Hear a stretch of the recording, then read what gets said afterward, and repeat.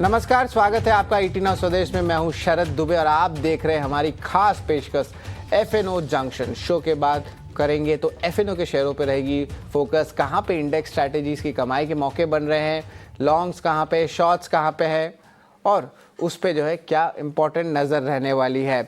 लेकिन आप चलिए एक बार जो है मार्केट की चेक ले लेते हैं। निफ्टी बैंक की बात करें, ऑफ कोर्स यहाँ आप सेक्टर देखिए, निफ्टी में क्या अच्छी इंप्रूवमेंट आई है 300 अंक डेज लो से। निफ्टी बैंक जिस पे ऑफ कोर्स आरबीआई एमपीसी का इंपॉर्टेंट जो डिसीजन आया खासकर कि रेट कट को लेके, वो भी स्ट्रीट को सरप्राइज कर दिया। 25 बेसिस पॉइंट्स का एक्सपेक्टेशंस और देखिए 50 बेसिस पॉइंट्स का जो है आपको कट देखने मिला है। लेकिन चलिए रिपोर्ट कार्ड पे भी नज़र डाल देते हैं। कल के हिट कॉल्स पे नज़र रहेंगे। सहज अग्रवाल के जो हिट कॉल्स है उस पर नज़र डालते हैं।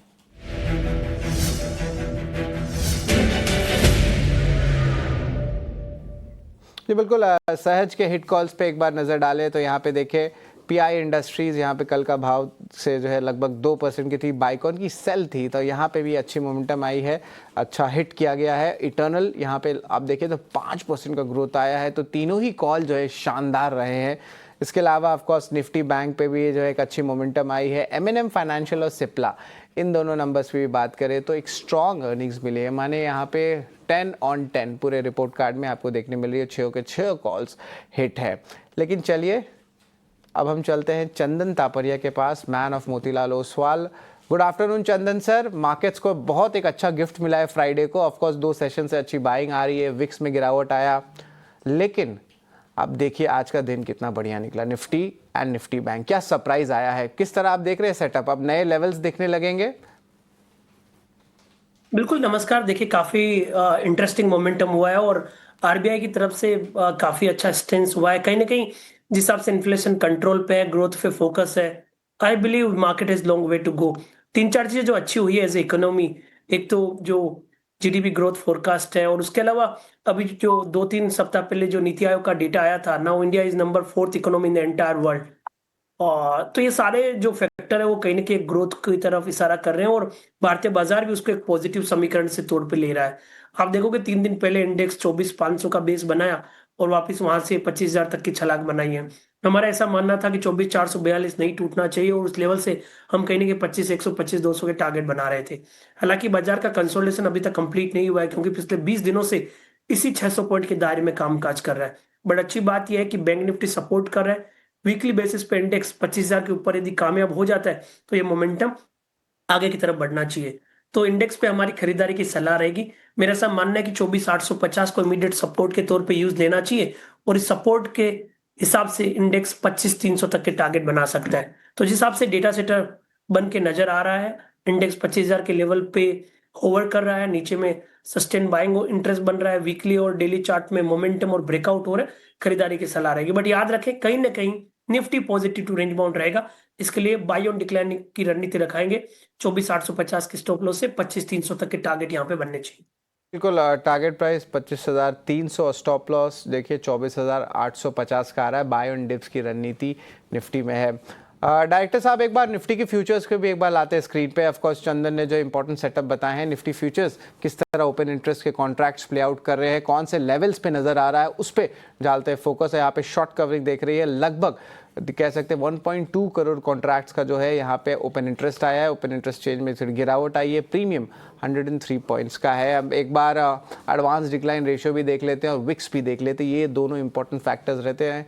End of course advance decline ratio 2 से 3 दिन में ब्रॉडर इंडेसेस में अच्छी मोमेंटम आई है। डायरेक्टर साहब फायर करिए मार्केट ब्रेड, और ये देखिए सुंदर मार्केट ब्रेड 3:2 का एवरेज रेशियो चल रहा है। तो यहाँ पे broader indices, stock picking, sectoral move भी साइड में देखने जा रहा है। Of course interest rate stocks तो आज फोकस में रहेंगे, लेकिन बाहर भी बेंचमार्क इंडिसेस में अच्छी मोमेंटम आ रही है। विक्स की बात करें, थोड़ी सी वॉलेटिलिटी जरूर है, पर देखिए 15 लेवल्स पे आया हुआ है और एक समय 2 हफ्ते पहले ये 18-19 के लेवल्स पे था। अब देखिए वहाँ से जो गिरावट आई है एक सस्टेन कर रहा है, 15 लेवल्स पे आए, तो इंपॉर्टेंट पोजीशंस या कॉन्ट्रैक्ट जो है आने वाले दिनों में बन सकते हैं, अच्छे पोजीशंस आ सकते हैं। ऑफकोर्स इस पे जो है रेंज बाउंड मूवमेंट के बाद एक अच्छा ब्रेकआउट जो है हमको दोनों ही इंडिसेस में देखने मिल रहे हैं। ऑफकोर्स निफ्टी बैंक की बात करें, वाह, रिकॉर्ड हाई लेवल्स पे आए हैं। रियलिटी स्टॉक्स में तेजी आ रही है। चंदन, निफ्टी बैंक का क्या सेटअप लग रहा है? रिकॉर्ड हाई लेवल्स पे है, एक ब्रीदर लग रहा है कि अब लगता है कि गैस लग गया है, गैस चलने वाला है 2-3 दिन और? बिल्कुल देखिए, मेजर जो कमेंट और सेंटिमेंट है वो बैंक निफ्टी का सुधरा है, और बैंक निफ्टी ने आरबीआई पॉलिसी मीट के बाद एक नया मोमेंटम दिखाया। बैंक निफ्टी ने आज एक नया कीर्तिमान बनाया है, new record life time high 56,628 के अभी बने हैं, और पुराने जो हाई थे दो 56,098 और 56,161 वो डिसाइसिवली पार हुए हैं। तो मोमेंटम इंटेक्ट एक बड़ा ब्रेकआउट हुआ है, और ये ब्रेकआउट लगभग पिछले 33-35 दिन के कंसोलिडेशन के बाद हुआ है। तो बुलिश स्टेंस कंटिन्यू रखना चाहिए, शॉर्ट कवरिंग ट्रिगर भी बन सकता है 56,161, 56,161 ये सपोर्ट रहेगा 57,250 तक की रैली को प्ले करने के लिए। बिल्कुल, तो इस पे भी जो है फोकस रखेंगे। डायरेक्टर साहब जल्द से निफ्टी बैंक के फ्यूचर्स के जो है आंकड़े बता दें जिस पे हमारी नज़र रहेगी। यहाँ पे देखेंगे तो ऑफ कोर्स उस पे जो है देखेंगे 56,611 लेवल्स पे रहेगा, लेकिन अब जो है देख लीजिए यहाँ पे स्टॉप लॉस आया 56,161 का, टारगेट 57,250 चंदन का। लेकिन डायरेक्टर साहब एक बार लेके आते हैं ओपन इंटरेस्ट का क्या प्ले चल रहा है निफ्टी बैंक पे। ऑफ कोर्स ओपन इंटरेस्ट की बात करें तो यहाँ पे जो है ग्रोथ बाय है, लेकिन चलिए एक इम्पॉर्टेंट डेवलपमेंट आ रही है और हम चलते हैं आरबीआई पॉलिसी की प्रेस कॉन्फ्रेंस पे जहाँ पे आरबीआई गवर्नर इम्पोर्टेंट बयान दे रहे हैं। Given this, how would you balance between rebuilding the forex reserves and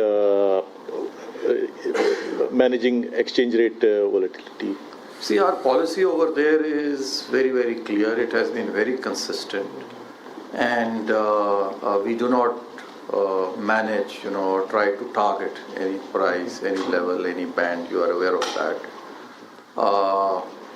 If there is any abnormal, that's a standard response, right? Any abnormal volatility, if it is there, that is what we try to counter, and we let the market prices be determined, prices be determined by the markets.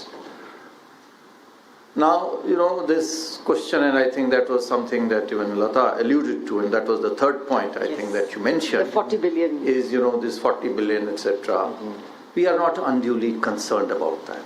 Even if you were to exclude that $625 billion, if you were to exclude this $65 billion, including, the one after 1 year that is coming in, we are not unduly worried, on that. It's a very, very comfortable level to be in. Yes, if there are opportunities and we can build reserves, that will happen. But that is not something which we will be unduly bothered about. Thank you. Thank you sir. अब मैं श्री अनुराग शाह से आग्रह करूंगा कि वो अपना प्रश्न पूछें। अनुराग शाह, ET 9 स्वदेश से। Thank you sir, thank you sir. जो सर ने इतने बड़ा धमाका कर दिया, सबको चौंका दिया है, जो मेन प्रश्न लेके आया था सर वो भी पूछूंगा साइड में। सर ये आज के जो ऐलान से क्या बड़ा मकसद है और क्या संदेश आप देना चाहते हैं ब्रॉडर रूप में? नहीं, ब्रॉडर रूप में देखो, संदेश हमारा यही है कि इन्फ्लेशन, आपको मालूम है मुद्रास्फीति इन्फ्लेशन पे अब काफ़ी जो है नियंत्रण में है, और वो जंग जो है हम ये मान सकते हैं कि उसके ऊपर में हमने जीत हासिल कर ली है। तो एक मैसेज है, क्योंकि हमने 4% से उसको घटा करके जो हमारा अनुमान था उसको 3.7% किया है मुद्रास्फीति को। उसी प्रकार से जो ग्रोथ है वो 6.5% है, अच्छी है, लेकिन उसमें और गुंजाइश है उसके अंदर में और बढ़ोतरी होने का। तो जो भी हमें कार्य करना है, हम ये बिलीव करते हैं कि वो डिसाइसिवली करना चाहिए, सही समय पे करना चाहिए, और एक जो निश्चितता है, इस अनिश्चित वातावरण में निश्चितता मेरे ख्याल से जो है हमें मार्केट्स को, सभी को, बैंक्स को, इकोनॉमी को निश्चितता देने का बहुत अधिक ज़रूरत थी। इसी वजह से ये जो आपने देखा कि एमपीसी ने कहा कि हमने फ्रंट लोड किया है, ताकि एक ये निश्चितता रहे कि हाँ 50% हमें बेसिस पॉइंट्स कम करना है, तो एक साथ ही उसको कर दिया। उसी प्रकार से जो CRR का है, हम चाहते तो हम इसको 4 महीने बाद भी अनाउंस कर सकते थे, हमने आज ही अनाउंस कर दिया पहले से ही, ताकि लोगों को, बैंक्स को ये निश्चित हो जाए कि लिक्विडिटी, जो कि हमने कहा ज़रूर है लेकिन वो एक्शंस में भी तब्दील होना चाहिए। तो वो एक्शंस में हमने अपने तब्दील किया कि जो CRR है वो एक हमने उसको आज ही घोषणा कर दी।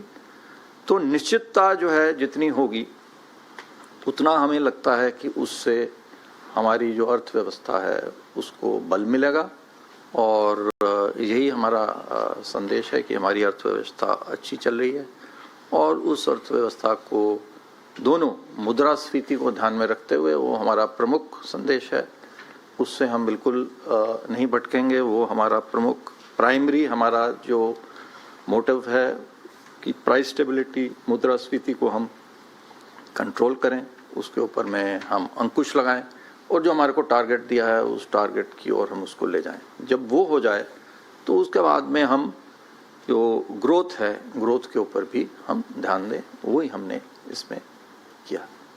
जो स्टांस आपने चेंज किया था, पिछली पॉलिसी में ही आप न्यूट्रल से अकोमोडेटिव आए थे और इस बार वापस एक ही पॉलिसी में आप वापस उस स्टांस पे चले गए, तो उससे कहीं एक मैसेज गलत नहीं जाएगा?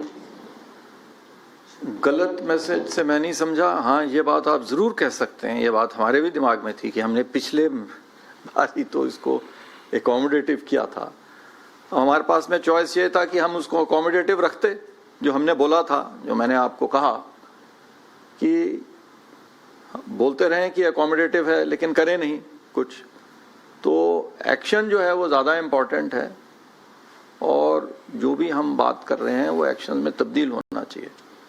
इसीलिए जो है हमने उन हमारे जो स्टेटमेंट्स रहे इंटेंट के, अकोमोडेटिव केवल एक इंटेंट था, उसको हम अकोमोडेटिव रखते रखते नहीं चेंज करते, अकोमोडेटिव ही रखते, तो क्या वो बेहतर रहता, या हम सर्टेनिटी दें कि हाँ हमने अकोमोडेटिव से जो हमने आपको वादा किया था कि हम इसको रेट को कम करेंगे, डिसाइसिवली कम करेंगे, वो हमने किया, और स्टांस को हमने न्यूट्रल कर दिया है।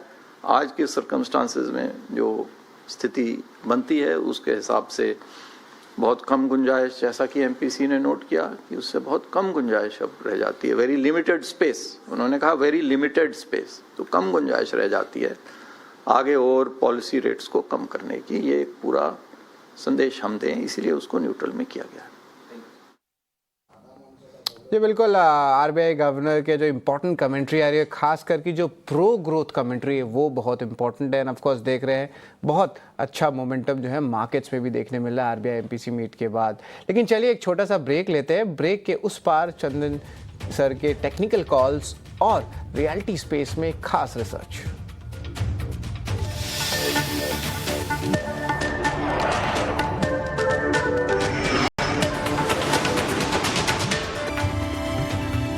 स्वागत है आपका FNO जंक्शन में। और देखिए मार्केट्स में निफ्टी जो है 25,000 लेवल्स के ऊपर पार हो चुका है, और बैंक निफ्टी देखे रिकॉर्ड हाई लेवल्स पे। RBI MPC की मीट थी, 50 बिप्स का जो है रेट कट हुआ है। अब देखिए 1.5% ऊपर है, ऑलमोस्ट 800 पॉइंट्स का जो है उछाल देखने वाला। हमने सुबह बता भी दिया था, अभिषेक ने बताया था कि ये रैली जो है 900,000 पॉइंट्स की आ सकती है। HDFC बैंक, ICICI बैंक, सारे बैंकिंग नेम्स जो हैं आपके हैवी वेट्स जो है ऑलमोस्ट 60% कंट्रीब्यूट करते हैं इंडेक्स में, उन सब में एक अच्छी उछाल देखने मिली है। ऑफकोर्स बैंकिंग और रियलिटी स्टॉक्स को भी एक बार फायर करिएगा तो देखेंगे यहाँ पे भी बहुत अच्छी मोमेंटम देखने मिल रही है। चंदन, आप अपने टेक्निकल पिक्स बता दें क्या रहने वाले हैं। बिल्कुल, देखिए टेक्निकल पिक्स की बात करें तो पहला ट्रेड रहेगा SBI कार्ड पे। SBI कार्ड काफी एक बड़ा ब्रेकआउट हुआ है पिछले 2-3 दिन पहले। उससे पहले लगभग ये 35 दिन का कंसोलिडेशन दिखा रहा था। मल्टीपल बैरियर इसके 930, 940 के आसपास थे। उस ब्रेकआउट के बाद में बड़ी रैली बनी है। स्टॉक कहीं ना कहीं 4 साल के हाईएस्ट लेवल की तरफ बढ़ने के लिए तैयार हो रहा है। मेरा मानना है मोमेंटम अभी भी बरकरार रहेगा। हालांकि आज के दिन काफी अच्छा सेटअप और मोमेंटम देखने को मिला। फिलहाल खरीदारी की सलाह रहेगी। 970 का सपोर्ट है, ऊपर में 1030 तक के टारगेट रहेंगे। दूसरा ट्रेड रहेगा LTF में पॉजिटिव प्राइस पैटर्न देखने को बने डेली वीकली चार्ट में। स्टॉक अपने लाइफ टाइम हाई टेरिटरी की तरफ जाने को तैयार है।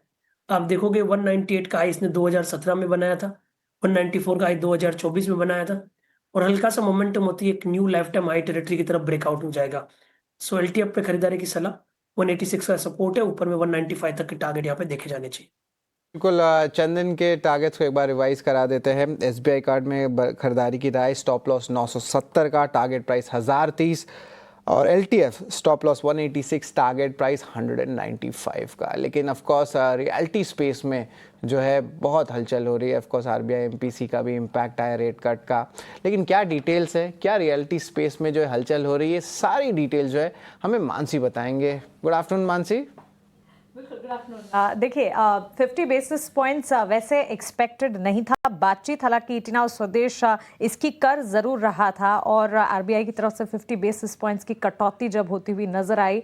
ऑफ कोर्स मार्केट इसको चेयर कर रहा है, लेकिन मार्केट के साथ साथ रियल एस्टेट सेक्टर के लिए एक बूस्टर डोज के तौर पर इस वक्त रियल एस्टेट सेक्टर है जो कि आउट परफॉर्मेंस फिलहाल दिखा रहा है। और सीधे तौर पर जो अनाउंसमेंट्स आते हुए दिखे और रियल एस्टेट सेक्टर के लिए काफी हद तक फायदेमंद होते हुए दिखेंगे। हाउसिंग लोन सस्ते हो जाएंगे, हाउसिंग लोन सस्ते होंगे तो घर खरीदार बढ़ेंगे, डिमांड बढ़ेगी और डिमांड बढ़ेगी तो रियल एस्टेट सेक्टर के लिए और डेवलपर्स के लिए अगेन एक ग्रोथ और डेवलपमेंट। डिमांड बढ़ रही है तो उनके लिए भी पॉजिटिव हो जाएगा। देखिए बैंक्स अब हाउसिंग लोन की ब्याज दरें घटा सकते हैं। EMI में सीधी राहत मिलती हुई दिखेगी और अगर EMI में सीधी राहत मिल रही है तो कंज्यूमर्स घर खरीदना ज्यादा पसंद करेंगे। और हमारे व्यूअर इंटरेस्ट और कंज्यूमर्स के लिए ही बता दें कि इस साल अब तक करीब 100 बेसिस पॉइंट्स की कटौती RBI की तरफ से आती हुई दिख चुकी है। तो आप कैलकुलेट करके चल सकते हैं कि आपकी EMI में कितना फायदा आपको मिल रहा है 2025 में। जो 2025 की शुरुआत से लेकर अब तक की अगर बात करें तो सीधे तौर पर 50 बेसिस पॉइंट्स तो इस वक्त आया है, लेकिन पूरे के पूरे साल की शुरुआत से अगर देखेंगे 100 बेसिस पॉइंट्स की कटौती है ही है। इसके अलावा मांग में तेजी है और तेजी की संभावना और भी ज्यादा बढ़ती हुई नजर आएगी। ब्याज दरों में गिरावट से प्रॉपर्टी डिमांड तो बढ़ेगी ही और ये डिमांड अगर बढ़ेगी तो मिड इनकम अफोर्डेबल हाउसिंग के लिए बेहतर होगा। और साथ साथ जैसे कि हम देखते हैं superior housing, luxury housing category के लिए भी डिमांड में बढ़ोतरी जरूर दिखेगी, लेकिन on the face of it mid income और अफोर्डेबल हाउसिंग, ये जो मिड इनकम ग्रुप है वो ज्यादा घर खरीदना पसंद करेंगे। तो mid income real estate sector से जुड़ी हुई कंपनियों पर खास तौर से फोकस होना चाहिए। कर्ज की लागत अगर कम होगी तो प्रोजेक्ट्स जो है वो जल्दी डेवलप होते दिखेंगे, रफ्तार वहां पर भी तेजी से बढ़ती हुई नजर आएगी। सीधे तौर पर डेवलपर्स की फंडिंग कॉस्ट में राहत मिलेगी और नए प्रोजेक्ट्स को लॉन्च करने का माहौल और ज्यादा बेहतर होता दिखेगा। अपसाइकिल रियल एस्टेट में है ही, लेकिन इससे सेंटिमेंट सिर्फ कंज्यूमर के लिए भी नहीं डेवलपर्स के लिए भी बढ़ता हुआ नजर आएगा। लग्जरी और प्रीमियम हाउसिंग को तो बूस्ट मिलेगा ही और पिछले दिनों में हम रिसर्च करके आपको बता रहे थे कि consumers mid income mid segment affordable ही नहीं लग्जरी हाउसिंग को भी खरीदना, रेजिडेंशियल हाउसिंग को भी खरीदना पसंद कर रहे हैं। ऑफ कोर्स वहां पर डिमांड है, ये डिमांड और ज्यादा बढ़ती हुई दिखेगी। शेयर बाजार पर इसका असर, जैसे कि हमने बताया कि शेयर बाजार पर सीधे तौर पर तुरंत प्रभाव से असर दिखना शुरू हो चुका। Real estate Nifty realty index में अच्छा खासा एक्शन है और NBFCs, हाउसिंग फाइनेंस और कंस्ट्रक्शन कंपनियां तीनों को ध्यान में रखिएगा। कनेक्टिंग है हाउसिंग फाइनेंस और रियल एस्टेट, NBFCs पे भी बूस्ट आता हुआ क्लियरली नजर आएगा और निवेशकों के लिए सेक्टर जो है आकर्षक होगा। रियल एस्टेट स्पेस, क्योंकि रियल एस्टेट डिमांड बढ़ रही है तो इक्विटी मार्केट में भी रियल एस्टेट सेक्टर से जुड़े स्टॉक्स में अच्छा खासा एक्शन दिखेगा। सिर्फ एक कंसर्न थी रियल एस्टेट में लेकर, वो है इन्वेंट्री बिल्टअप। लगातार इन्वेंट्री बिल्टअप का सिलसिला था, लेकिन अब अगर डिमांड बढ़ेगी तो वो भी सिलसिला धीरे धीरे थमता हुआ दिखेगा। तो 360 degree positive boost real estate sector के लिए 50 बेसिस पॉइंट्स फ्रॉम RBI की तरफ से जो आता हुआ दिखा है कटौती, वो बना है।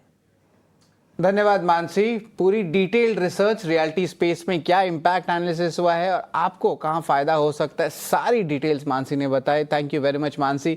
लेकिन ऑफ कोर्स हम लोग जो है प्रेस्टीज एस्टेट प्रोजेक्ट्स, इस स्टॉक को एक बार स्क्रीन पे लाए। स्टॉक जो है 6% ऊपर है और हमने जो है इसे कवर किया था डीप डाइव रिसर्च में। हमारे हेड ऑफ रिसर्च अभिषेक गाउशिंदे ने जो है 2 दिन पहले इसको कवर किया था 4 जून। और अब देखिए डीप डाइव रिसर्च का भी इम्पैक्ट जो है आपके स्क्रीन पे दिखने मिल रहा है।